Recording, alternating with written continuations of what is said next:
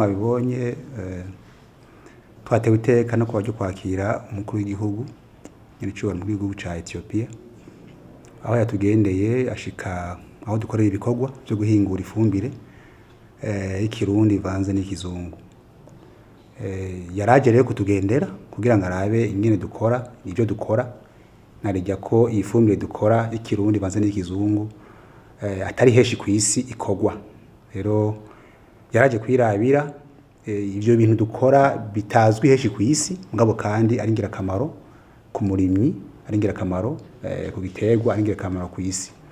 Rero wawe munezero ntangere yatugendeye hanyuma turamusigurira ingene tubikora n'ibyo dukora hanyuma arashima aranezerwa kandi yateye intege aravuga ati by'ukuri nanezerewe mbonye ko umwavu amase y'ikirundi canke amase y'inka ashobora gukoreshwa mu gutabira ifungurwa canke gutabira imirima y'abantu.